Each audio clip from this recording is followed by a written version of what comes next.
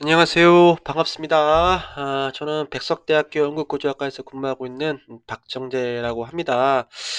자, 오늘을 시작으로 대략 한 15부작으로 응급심전도라고 하는 주제로 여러분들과 함께하게 될 텐데요.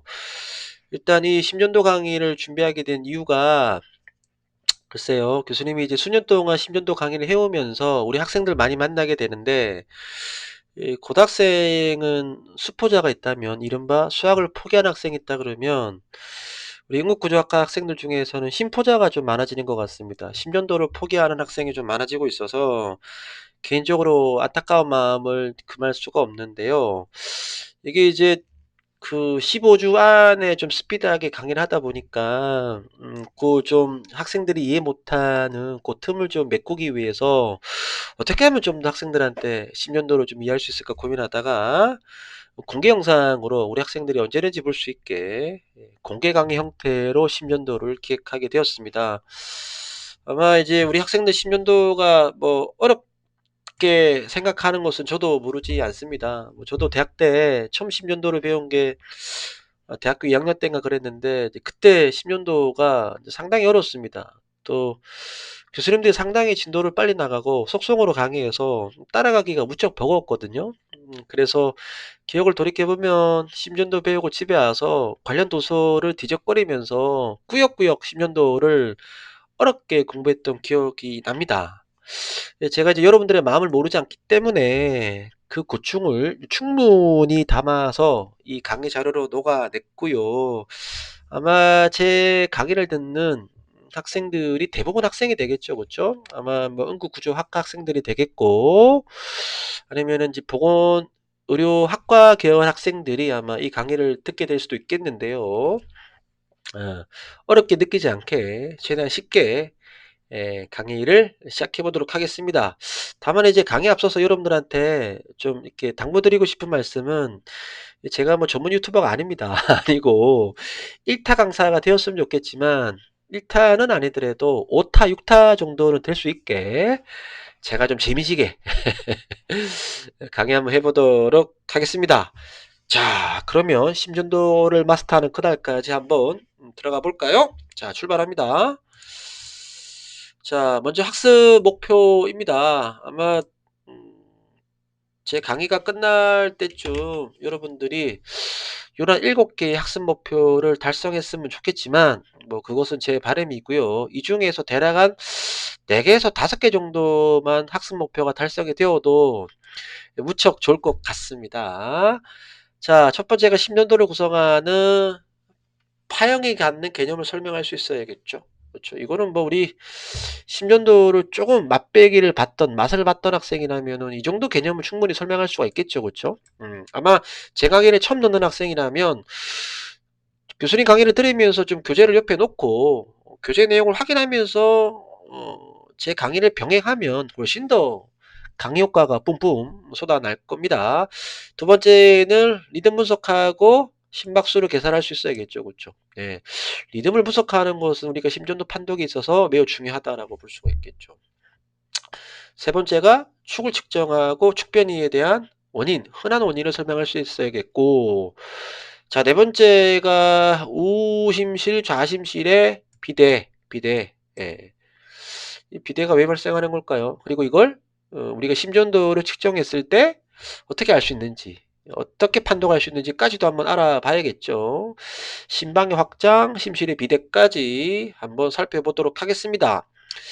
우리가 이제 이 학습 목표가 진단이라고 나와 있는데 이제 응급구조사는 이제 진단의 영역은 아니고요. 우리가 심전도를 좀 분석해 보고 심장의 특정 부위에 병변이 있다 정도는 좀 룰아웃을 할 수 있어야 되겠습니다. 그래서 뭐 우리가 응급 현장이라면 도착하는 응급실에 있는 의료 지도를 받을 때 의사들한테 의료 지도를 받을 때 이 정도는 좀 그래도 브리핑을 할 수 있어야겠죠. 자, 다섯 번째가 각차단을 판독할 수 있어야겠고, 마지막으로 심실내 전도 지연 그 원인을 설명할 수가 있어야겠습니다. 자, 우리가 이제 심장의 아나토미 짧고 굵게 한번 쓱 살펴보도록 하죠. 아마 그 우리 학생들이라면은 우리 보통 1학년 때 심장의 기초약 배우죠. 그쵸? 해부생리 병리를 갖다가 배우게 될 텐데 전혀 모르지는 않을 겁니다. 그래도 배웠던 기억이 새록새록 날 건데 한번 뭐 좀 리뷰해 보도록 하죠. 일단은 심장은 우리 몸에서 가장 가성비가 좋은 근육기관이죠. 그죠? 뭐 한 사람이 우리가 보통 75 세까지 산다라고 가정했을 때 평균 수명이 75 세라고 가정했을 때 심장이 평생 펌프질하는 혈액의 양이 대략 한 2억 리터 정도 되죠.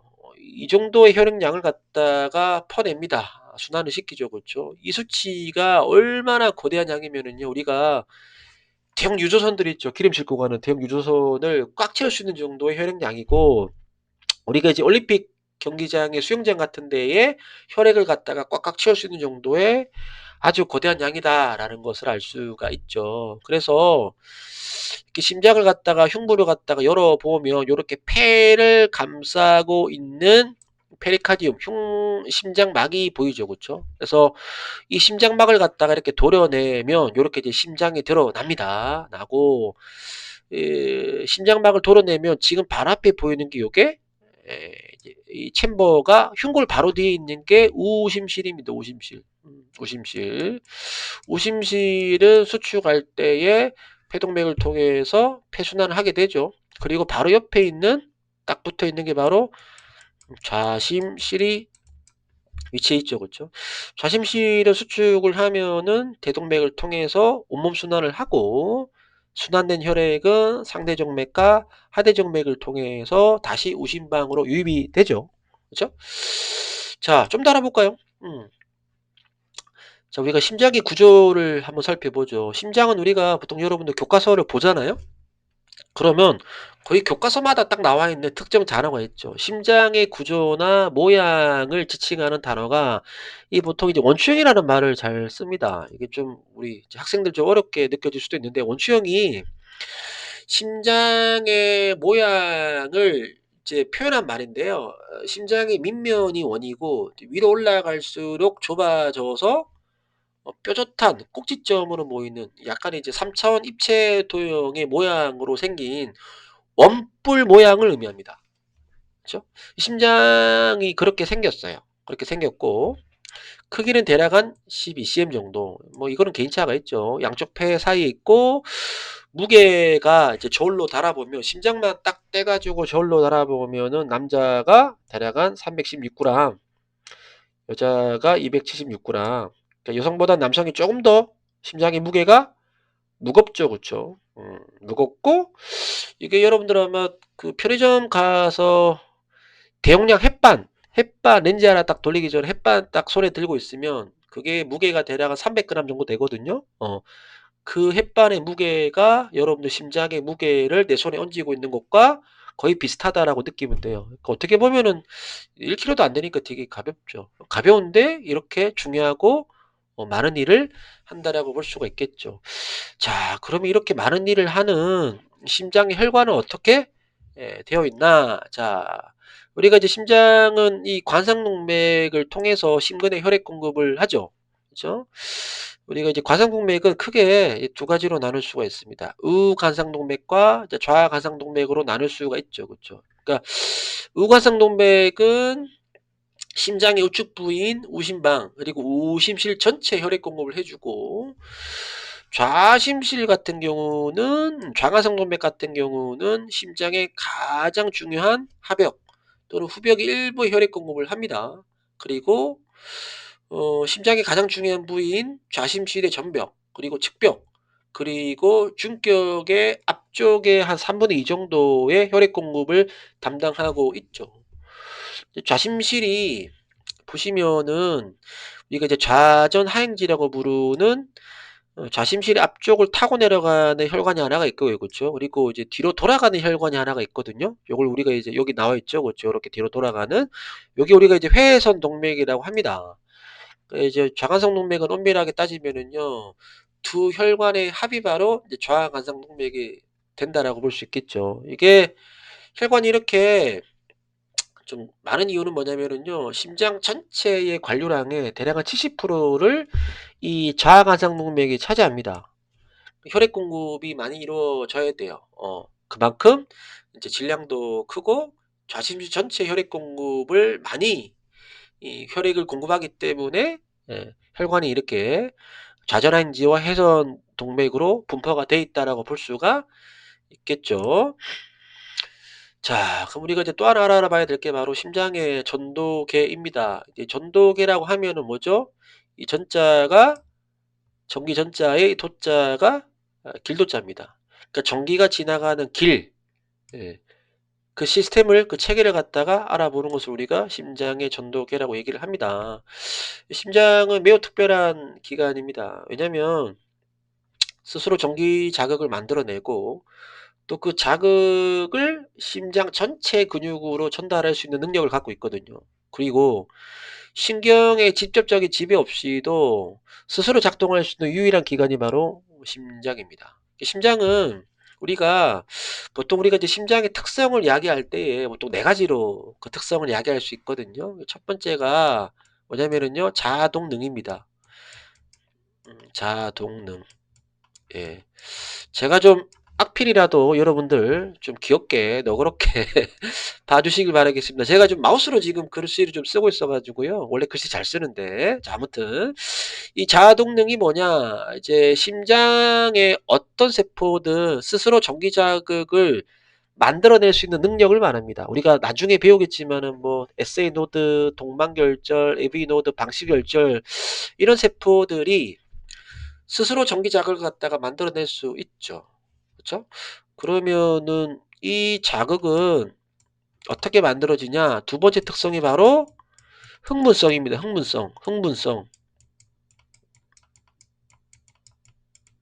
흥분성입니다. 그죠? 이 흥분성은 심장의 한 세포가 옆에 있는, 인접해 있는 세포와 접촉을 해 있기만 하더라도 그 세포로부터 전기 자극에 반응할 수 있는 능력을 의미합니다. 그죠? 그러니까 슬쩍만 터치해도 뭡니까? 옆에 있는 세포한테 전기 자극을 전달했을 때 그 세포가 반응할 수가 있어요. 우리가 이것을 흥분성이라고 얘기를 합니다. 세 번째가 뭐냐면은요, 전도성입니다. 전도성. 음. 전도성은 뭐냐면은 심장 세포가 받은 전기 에너지를 갖다가 옆에 있는 이 다음 세포로 전달할 수 있는 능력을 우리가 전도성이라고 얘기를 해요. 자, 마지막으로 뭐가 있냐면은요, 수축성이 있습니다. 수축성. 뭐 수축성 같은 경우는 사실 심근의 존재의 본래 임무라고 볼 수가 있겠죠. 그렇죠. 심장은 수축을 해서 혈액을 펌핑을 해야 되기 때문에 어떻게 보면 이제 가장 중요한 특성이라고 볼 수가 있겠죠. 그렇죠. 그렇죠? 그래서 우리가 수축성은 심장 근육뿐만 아니라 모든 종류의 근육이 공통적으로 갖고 있는 특성입니다. 그러니까 자극을 받으면 실제로 수축을 일으키는 능력을 의미합니다. 그래서 우리가 이제 네 가지 특성을 좀 알아봤고, 그러면 전도계가 어떻게 형성이 되는지 한번 알아보도록 할까요? 여기 보시면 SA 노드라고 보이죠, 그렇죠? 이걸 이제 우리가 동방결절 또는 이제 동결절이라고 부릅니다. 얘는 우심방 윗부분에 위치해서 분당 1분당 대략 한 60에서 예, 100회 정도의 심박수를 갖다가 만들어내요. 이렇게 꽤 규칙적인 전기 신호를 만들어내서 박동을 주도하는 심장의 핵심적인 피스메이커 역할을 갖다가 하는 게 바로 이 동결절 SA 노드라고 얘기를 합니다. 동방결절은 우리가 이제 우심방과 상대 정맥이 만나는 지점에 위치해 있고, 요쪽에 위치해 있죠. 그렇죠. 여기 보이죠? 위치해 있고, 얘는 SA 노드는요, 교감신경의 영향을 받아요. 교감신경의 영향을 받아서 심박수를 갖다가 조절하는 역할을 합니다. 그러니까 우리가 자율신경은 교감과 부교감신경으로 나눌 수가 있죠. 그렇죠? 이제 교감신경이 좀 흥분하면은 이제 심박수가 올라가는 음, 반응이 나타나고, 반대로 부교감신경이 항진했을 때는 심박수를 조금 떨어뜨리는 효과가 나타나기도 합니다. 여러분들 잘 알고 있겠죠, 그렇죠? 자, 그러면 이 이제 동방결절이 만들어낸 전기 에너지가 좌심망까지 흥분을 시키고 이 화살표 모양대로, 그러면 우심방에 있는 SA 노드가 전기적 자극을 통해서 전기 신호를 통해서 좌심망까지 전기 에너지를 전달하고, 그럼 이제 심방이 수축이 되겠죠. 수축이 되고 나면 SA 노드에서 출발했던 전기 에너지가 어디로 모입니까? 요 AV 노드라고 하는 방실 결절에 도착을 하게 됩니다. 방실 결절에 도착한 전기 에너지는요, 아래에 있는 심실로 전도가 되기 전에 잠깐 쉬었다 갑니다. 우리가 그 과정을 생리적인 컨덕션 딜레이, 그러니까 이제 이게 잠깐 휴지기를 갖는 겁니다. 그러니까 이게 뭐 심실로 가기 전에 잠깐 휴게소에서 한 템포 쉬었다가 조금 이제 충전을 시키고 아래 심실로 내려간다라고 볼 수가 있겠고, 즉 그렇게 되면은 이 에너지가 우각 자각을 통해서 마지막에 이 파켄제 파이버라는 곳까지 최종의 이제 에너지가 전달이 되게 되면 어떻게 되겠습니까? 예, 이 두툼한 우심실과 자심실을 갖다가 수축을 시켜서 이 심실 아래에 있는 혈액, 그러니까 특히 이제 좌심실에 있는 혈액을 갖다가 대략 한 80에서 100ml 혈액을 좌심실의 수축과 동시에 대동맥으로 퍼냄에 따라 온몸 순환을 시작하게 되는 거죠. 그죠? 자, 우리가 이제 여기서 확인할 수 있는 게 뭐냐면은요. 여기서 확인할 수 있는 게, 자, 이 지금 전기 자극의 방향 우리가 좀 볼 수 있습니까? 예. 전기 방향이 여기는 SA 노드에서 시작이 되었죠. 그쵸? 어디로 향해서 갔죠? 결국은요. 요 좌심실과 중격으로 따라서 이렇게 내려갔죠. 그죠? 요렇게. 요 방향으로 내려갔죠. 그쵸? 우리가 여기서 확인할 수 있는 중요한 사실은 뭡니까? 이 심장이 갖고 있는 전기적 방향, 이른바 벡터가 어디에서 어디로 간다고요? 오른쪽 위에서 왼쪽 아래로 간다는 것을 알 수가 있죠. 그러니까 다시 말하면 우상에서 좌하로 이 힘의 크기가, 힘의 방향이 내려간다는 것을 알 수가 있죠. 우리가 이것을 뭐라 그럽니까? 벡터라고 부르죠. 벡터. 벡터는 어떤 힘이 있는데 그 힘이 특정한 방향을 갖는다. 우리가 그것을 갖다가 벡터라고 볼 수 있죠. 그래서 우리가 이 심장이 내려갈 때 전기적 방향을 갖다가 하나의 화살표로 좀 합쳐보면 요러한 이제 벡터가 형성이 된다는 것을 알 수가 있죠. 그쵸? 그래서 이것은 우리가 나중에 이 벡터는요, 뒷부분에서 여러분들이 이 심장의 축을 이해하는데 매우 중요한 지식이 되기 때문에 요것은 뒷부분에서 조금 더 다루도록 하겠습니다. 어쨌든 우리가 이제 심장은 기계적 수축을 하기 위해서는 반드시 뭐죠? 정기적인 활성화가 선행이 되어야 되고, 심전도는 발생한 정기적 활성과 흐름을 갖다가 체표 면적에서 체표면에서 기록과 검사가 심전도 검사가 되겠습니다. 그렇죠? 자, 그래서 우리가 요것은 이제 보시면은 이 사진을 좀 볼까요? 옆에 있는 사진을 보면은요. 이제 심장을 갖다가 횡으로 이렇게 커팅한 횡단면의 사진입니다. 앞쪽에는 흉골이 있겠고요. 그렇죠? 뒤쪽에는 이렇게 척추가 있죠. 요 그 사이에 이렇게 심장이 있는데 동방결절이 여기 있죠. 그렇죠? 그리고 방실결절이 아마 이쯤에 있을 겁니다. 이쯤에, 이쯤에. 그래서 우리가 이제 정기적 방향을 갖다가 보면은요. 예. SA 노드에서 AB 노드로 정기적 자극이 전달이 되어서 결국은 두툼한 중격을 따라서 좌심실 쪽으로 파케제 파이버를 향해서 뻗어나가는 벡터를 확인할 수가 있죠. 그렇죠? 그래서 우리가 전체적으로 볼 때는요. 심장을 흥분시키는 전도 방향은 왼쪽, 아래쪽, 앞쪽을 향해서 나간다는 것을 알 수가 있겠죠. 그렇죠? 모두 이해하셨죠? 자, 그러면 심전도란 무엇일까요? 심장세포에서 발생하는 정기적 활동을 파형으로 기록한 것입니다. 그래서 우리가 이러한 정기적 활동을 통해서 심근의 수축을 일으켜서 온몸으로 혈액을 순환하게 되겠죠. 우리가 이제 이런 심전도를 측정하기 위해서 우리가 각각의 이제 두 가지 방법이 있습니다. 첫 번째가 뭐냐면은 이 삼유도를 이용해서 심전도를 측정하는 방식이 있고요. 그리고 12유도를 통해서 심전도를 측정하는 방법이 있습니다. 우리가 이제 삼유도 같은 경우는요, 보십시오. 세계 전극을 부착해서 심장의 정기적 활동을 기록하는 검사가 되겠습니다. 주로 이제 우리가 이제 세계 전극이라고 하면은요, 우측의 팔, 그리고 좌측의 팔, 그리고 왼쪽의 다리, 이렇게 좌측의 다리, 예, 또는 흉부유도 같은 경우는요, 가슴 주위에 부착해서 심장의 정기적 활동을 측정하는 방식이 되겠죠. 얘는 이제 12유도보다는 3유도는요, 좀 측정이 간편합니다. 주로 이제 3유도를 부착하는 환자들 같은 경우는요, 이제 환자 감시를 조금 길게 될 때, 그 모니터 홀터를 24시간 이상 좀 해야 될 때 주로 이 검사 3유도화가 많이 쓰이고요.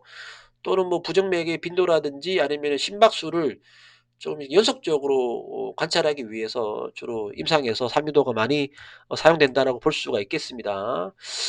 12유도는 12개 리드는 아니고요. 이제 주로 10개의 정극을 사용해서 12 방향, 12개의 시점으로 심장의 정기적인 활동을 기록하는 검사가 바로 이 12유도 심전도 검사가 되겠습니다. 이제 12도 심전도 같은 경우는요, 주로 이제 부정맥, 그리고 MI, 그러니까 심근경색, 그리고 심근허열, 그리고 심부전, 뭐 또는 판막질환 이런 것들을 평가하고 또 진단하는 데 사용되는 게 바로 12도 심전도 검사가 되겠습니다. 3유도와 12유도 차이를 좀 아셨죠? 자, 그러면 구체적으로 심전도 유도를 하나하나 좀 살펴보도록 하겠습니다. 자, 우리가 이제 심전도는 요렇게 표준 유도가 있겠고요. 증폭 사지 유도가 있겠고요. 그리고 흉부 유도가 있습니다. 우리가 뭐 표준 유도는 요렇게 바이폴라 림 리드라고 얘기를 합니다. 표준 유도는 리드 1, 2, 3, 세 가지 유도가 있어요. 그리고 증폭 사지 유도는요. AVR, AVL, AV4가 있겠고, 흉부 유도는 V1부터 6까지 이렇게 왼쪽 가슴을 흉부를 따라서 이렇게 일렉트로 이렇게 스티커를 이렇게 붙이는 방향으로 가죠. 근데 이제 여러분들이 이 심전도 유도를 공부할 때 알아야 되는 원칙 중에 하나가 바로 이게 이제 양과 음의 전극을 가집니다. 가지는데 한번 보실까요? 요게 이제 리드 1이죠. 리드 1입니다. 리드 1. 리드 1은 뭡니까? 왼쪽 팔이 양극이고 여기가 이제 왼쪽이고 양극이고 오른쪽 팔이 음극입니다. 음극. 요거는 그냥 제가 교수님이 공부할 때 이해하는 영역보다는 좀 암기를 하시라. 이거는 암기하고 나서 나중에 임상 가서 이해하는 거다라고 좀 말씀을 드리고 싶은데 일단 이 법칙을 좀 암기를 하십시오. 굳이 Y라고 묻지 마시고 '아 이거는 일단은 좀 암기를 해야겠구나.'라고 보는 게 더 나을 수도 있습니다. 그리고 유도 2는 뭡니까? 유도 2는 오른쪽 팔이 음극이고 그리고 왼쪽 다리가 오른쪽 발이 이제 양극이 되겠죠. 양극. 양극이 되겠죠. 그죠? 이게 이제 유도 2가 볼 수가 있겠죠. 한 번 더. 왼쪽 다리는 뭡니까? 왼쪽 다리가 유도 2는 양쪽 다리가 양극이고 오른쪽 팔이 음극이 되겠죠. 음극이. 유도 3는 어떻게 되죠? 왼쪽 다리가 당연히 플러스고 왼쪽 팔이 음극이 되겠죠. 그러니까 이걸 정리한다 그러면 어떻게 됩니까? 오른쪽 팔은 어떤 유도를 다가오나 무조건 뭡니까? 음극입니다. 반대로 왼쪽 다리는요, 어떤 유도를 다가와도 무조건 양극이죠. 다만 이제 헷갈리는 게, 이 이제 왼쪽 팔입니다. 이 왼쪽 팔, 왼쪽 팔. 왼쪽 팔은 리드 1에서는 양이고, 리드 3에서는 음극이다. 그래서 여러분들이 이제 나중에 이 림리드를 볼 때에, 저도 이 공부를 할 때 이 오른손이 늘 헷갈렸던 기억이, 이 왼손이 항상 헷갈렸던 기억이 나는데, 지금 저도 강의를 하면서도 살짝 좀 헷갈리는데, 왼손이 늘 헷갈렸던 기억이 납니다. 나고. 자, 중요한 거는 뭐냐면 여러분들, 이 정극이 자극이 이제 양으로 다가오면은요, 이게 상향파형을 그리고 반대로 양에서 멀어지게 되면은요, 하향파형, 즉, 음으로 나타납니다. 그러니까 이것을 이제 10년도를 이해하기 위한 기본 원칙이니까 이제 반드시 알아주시면 좋겠고, 요거를 제가 좀 더 구체적으로 설명을 좀 드리도록 할게요. 자, 요 보시면 흉부유도인데 요쪽이 이제 앞쪽이 흉추 쪽이고 요쪽이 이제 척추 쪽입니다. 요쪽이. 그래서 우리가 이제 V1부터 6까지 왼쪽 가슴을 따라서 쭉 이렇게 이제 일렉트로를 부착하게 되죠. 그래서 우리가 이제 정기적으로 흥분이 되면서 나타나는 방향을 하나의 벡터로 표현했을 때 그 벡터는 뭐라 그랬죠? 심실의 중격을 따라서 뻗어나가는 게 아니라 약간의 이제 좌심실 쪽으로 치우쳐져서 뻗어나갑니다. 그 이유는 뭐냐면 우리가 좌심실이 생리학적으로 이제 근육량이 많죠. 우심실보다는 보통 이제 2배, 2배 반 정도 좀 더 두껍거든요. 그러니까 전기 자극이 이끌려 나가는 힘이 워낙 강하게 작용합니다. 그렇다 보니까 우리가 여기 나와 있는 좌심실에 있는 유도 있죠. 이 V5. V5 같은 경우는 실제로 EKG를 측정해 보면 어떻죠? V1부터 6까지 EKG를 봤을 때 V5가 이렇게 키가 큰 거를 볼 수가 있죠. 특히나 이제 R 웨이브가 키가 가장 큰 거를 알 수가 있죠. 그렇죠? 그래서 V1보다는 V2, 3, 5로 갈수록 파형의 알파의 파형의 크기가 커지는 것을 확인할 수가 있겠고 S 웨이브 한번 볼까요? S 파형 같은 경우는 어떻게 되죠? V1하고 2에서 크게 그려졌다가 졌다가 5, 6로 갈수록 점점 작아지는 파형이 나타나죠. 그렇죠? 이게 이제 일반적인 여러분들이 이제 정상으로 볼 수 있는 전형부 유도의 파형이 되겠다고 볼 수 있죠. 그렇죠? 그래서 보세요. 여러분들이 딱 이 시각에서 보고 있다라고 보죠. 그렇죠? 눈이 땡그랗게 여기 앞쪽에서 이제 심전도를 보고 있다라고 보면 자, V1에 내가 서 있고 그렇죠? AV 노드 방향으로 내가 바라보고 있을 때, 이 방향으로 바라보고 있을 때, 이 방향으로 바라보고 있을 때, 그렇죠? 나한테 다가오는 전기 자극이 다가오면 그때는 상향 편의가 나타나고 반대로 내가 보는 쪽에서 멀어지게 되면은요 하향 파형이 나타나게 됩니다. 이해하시겠죠, 그렇죠? 그러면 이제 우리가 아까 심장의 축이라고 했는데 심장의 벡터가 우상에서 좌하라고 얘기했던 거 기억납니까? 그렇죠? 우상에서 좌하로 내려오니까 여기가 되겠죠. 그죠? 여기가. V5와 6 요 정도 사이가 되겠죠. 아니면 4, 5 사이가 되겠는데 어쨌든 5를 기준으로 했을 때 가장 심장의 정기적인 방향이 V5로 정면으로 다가오니까 그때의 정기적 힘을 크기를 가장 잘 반영할 수가 있겠죠. 그래서 그 유도가 바로 이 V5가 되겠죠. 그렇죠. 아무래도 이제 V5에서 멀어지면 멀어질수록 직선이 아닌 그렇죠? 방향이 달라지니까 이 R 웨이브의 크기가 조금씩 줄어든다라고 볼 수가 있겠죠. 그렇죠? 자, 그러면 흉부 유도를 어떻게 붙이나 요거 한번 좀 알아보도록 하죠. 어, 자, 예. 자, 이 보시면 우리가 이제 V1은 실제로 10년도, 12호도 흉부유도를 측정할 때 어디 붙습니까? 여기 붙죠, 그렇죠? 우측에 이제 산흑간이라면 이제 갈비뼈 사이가 되겠죠. 흉골의 가장자리에 V1이 붙습니다.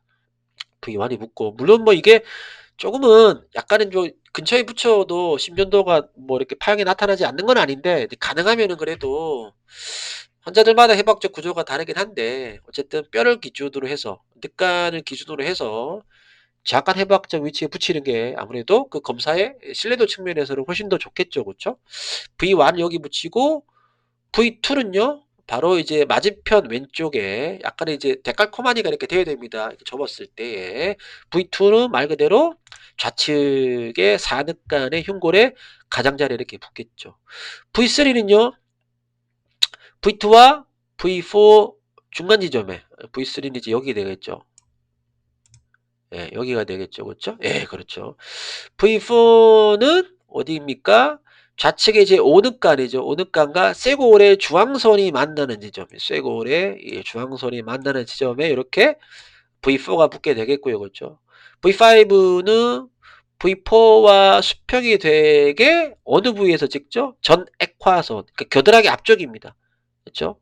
이 안테리얼 엑실라 라인에서 이렇게 V5가 되겠고 그다음 V6는요. V4와 수평이 되게 액화선 중앙에 그러니까 미드렉슬라 라인에 이렇게 쭉 붙이면은 정확한 일렉트로가 심전도 측정을 위해서 이 패치가 붙여야 되는 자리라고 볼 수가 있겠죠. 그쵸.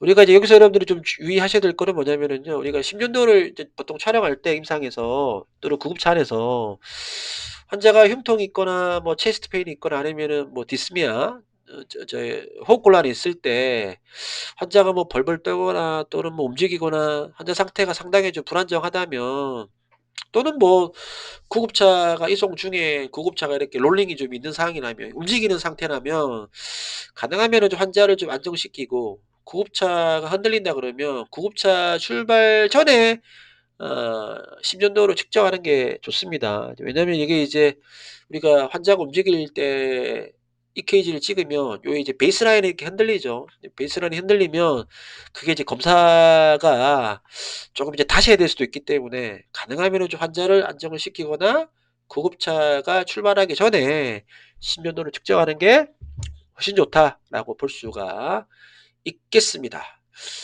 자, 예. 대략 한 30분 정도 강의를 좀 스피드 있게 알차게 한번 진행을 해 보았는데요. 여기까지는 충분히 이해가 되시죠? 되고 혹시 궁금한 게 있거나 질문이 있으면 댓글 달아주시면 좋을 것 같고 좀 이제 우리가 그 10년도를 한 단계 좀 더 이해할 수 있었다라고 생각되시면 좋아요 꾹꾹 부탁드리겠습니다. 자, 한 주 잘 보내시고 다음 주에는 심전도 유도로 계속 이어가도록 하겠습니다. 자, 감사합니다.